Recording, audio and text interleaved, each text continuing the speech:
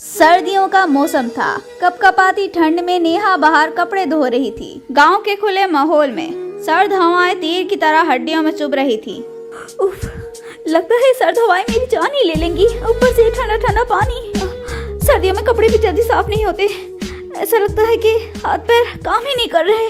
नेहा के पिता भूपेंद्र जोगी बहुत ही गरीब थे। उन्होंने मजदूरी करके नेहा को पाला था, इसलिए दहेज में ज्यादा कुछ दे नहीं पाए। बस नेहा 2 जोड़ी कपड़े में ससुराल आ गई। नवंबर के महीने में नेहा की शादी निखिल से हुई थी। हाँ, लेकिन पता नहीं क्यों मेरी अभी तक नहीं हुई है। कहानी की तरफ बढ़ते हैं। सर्दियां आने वाली थी। देखते ही देखते दिसंबर की कड़कड़ाती ठंड ने सबकी हड्डी पसली एक कर दी। सर छुपाने के लिए ले देकर एक लकड़ी का घर ही था, जिसकी छत भी लीक हो रही थी।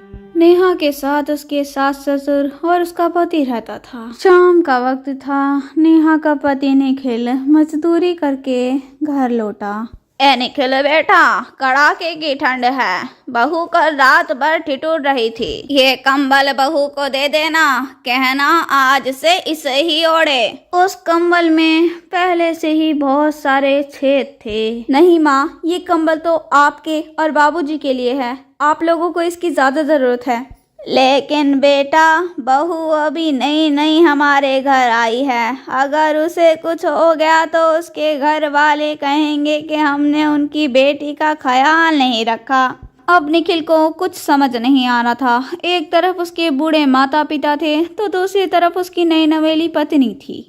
वो तीनों को ही ठंड से बचाना चाहता था, लेकिन कंबल सिर्फ एक ही था। तभी नेहा वहाँ पर आ जाती है और निखिल को देखकर ही समझ जाती है कि उसकी प्रॉब्लम क्या है। सुनिए, घर में जो कंबल है वो माँ और बाबूजी को दे दीजिए। मैं तो चादर ओढ़कर सो जाऊंगी।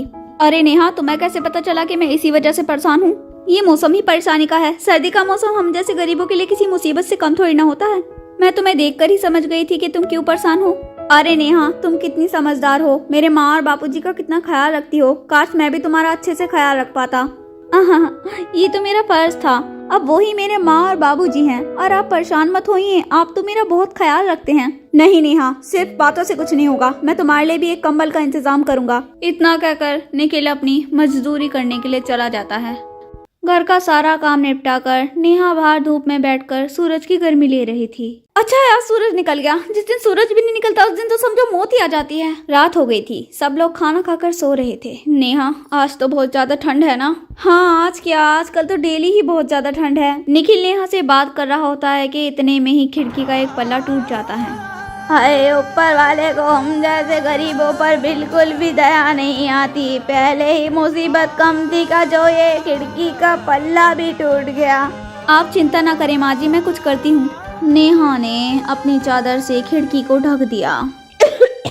अरे बहू, ये तूने क्या कर दिया? तेरे पास एक ही तो चादर थी, वो भी तूने खिड़की पर टांग दी। आप मेरी चिंता मत कीजिए। माँ ने मुझे शादी में एक दुपट्टा दिया था, मैं उसे ओढ़ के सो जाऊंगी। हमें माफ कर देना बहू, हम इस ठंड में तुम्हारा ख्याल ठीक से नहीं रख पा रहे हैं। आप चिंता मत कीजिए बाबूजी, मैं कल तक कंबल का इंतजाम कर लूंगा। क्यों रे, कल क्या कंबलों की बारिश होगी? तेरी कमाई तो इतनी है कि हमें ढंग से खाने को मिल जाए, वो ही बहुत बड़ी बात है। मैंने सुना है एक अमीर आदमी सड़क के किनारे सोए हुए गरीब लोगों को कंबल बांटता है। मैं भी कल सड़क के किनारे जाकर सो जाऊंगा। नहीं जी, इतनी ठंड में मैं आपको सड़क के किनारे नहीं सोने दूंगी। अगर आपको कुछ हो गया तो? अरे मुझे कुछ नहीं होगा, कंबल मिलते ही मैं वापस आ जाऊंगा। अगले दिन रात को कंबल लेने के लिए निखिल सड़क के किनारे सोने चला जाता है।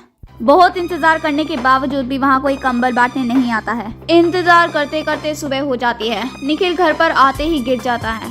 नेहा दौड़कर वहाँ पर आती है। अरे आपको तो बहुत तेज बुखार है। मैंने आपसे मना किया था ना कि सड़क के किनारे सोने मत जाना। अरे नेहा, हमारी तो किस्मत ही खराब है। कल तो कोई भी कंबल बांटने नहीं आया। अमीरों का कोई भरोसा नहीं होता। वो हर काम अपनी सहूलियत के हिसाब से करते हैं। वो हम गरीबों के बारे में नहीं सोचते। आप खटिया पे लेट जाइए, मैं तेल गरम करके आपकी मालिश करती हूँ। बेचारी नेहा तेल गरम करके निखिल की मालिश करती है, लेकिन मालिश करने से कोई फर्क नहीं पड़ता।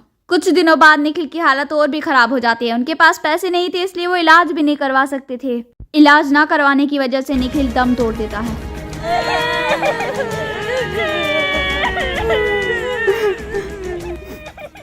बेचारी नेहा शादी के दूसरे महीने ही विधवा हो गई। नेहा पर तो जैसे दुखों का पहाड़ ही टूट पड़ा। अब निखिल के माता पिता की जिम्मेदारी नेहा के कंधे पर आ गई थी। घर में खाने पीने के लिए कुछ भी नहीं था। नेहा के माँ बाप के पास भी इतने पैसे नहीं थे कि वो उसकी कुछ मदद कर पाते। नेहा चल तू अब घर चल, तू यहाँ के लिए क्या करेगी? तेरे पास तो यहाँ पर ओढ़ने के लिए कंबल भी नहीं है।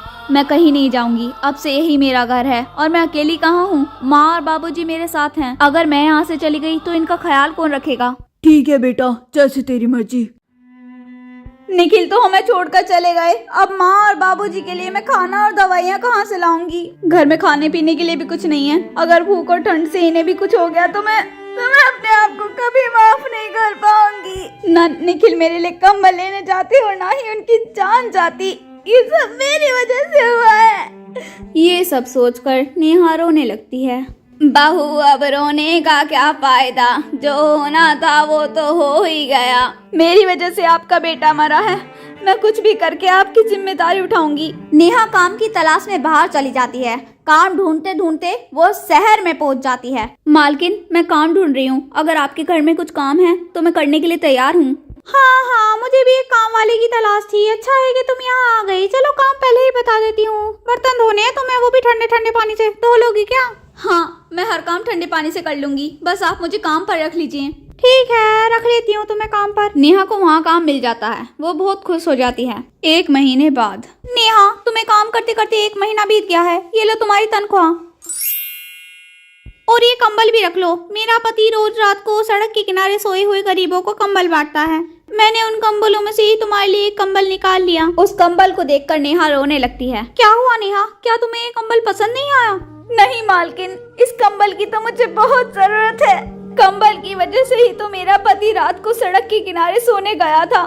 काश उसे उस दिन कंबल मिल जाता तो आज मैं विधवा ना होती। कंबल बांटने वाले के इंतजार में वो सारी रात ठिठुरते रहे। वो बहुत बीमार हो गए। पैसे नहीं होने के कारण इलाज भी नहीं हो पाया और शादी के दूसरे महीने में ही मैं विधवा हो गई। घर में एक ही फटा हुआ कंबल है जो माँ और बाबूजी ओढ़ते हैं। मालकिन, ये गरीबी बहुत बदनसीबों को मिलती है और सर्दियों का मौसम तो सिर्फ अमीरों के लिए ही सुहाना होता है। हम गरीबों की तो जान बच जाए, वो ही बहुत बड़ी बात है। नेहा की बातें सुनकर मालकिन को बहुत ज्यादा दया आ जाती है। वो उसे एक क्या 2 कंबल और गर्म कपड़े देती है। कंबल और गर्म कपड़े पाकर नेहा बहुत खुश हो जाती है। लेकिन इस कंबल के लिए नेहा को बहुत बड़ा बलिदान देना पड़ा था। सच में सर्दी का मौसम गरीबों के लिए मौत का फरमान बन के आता है।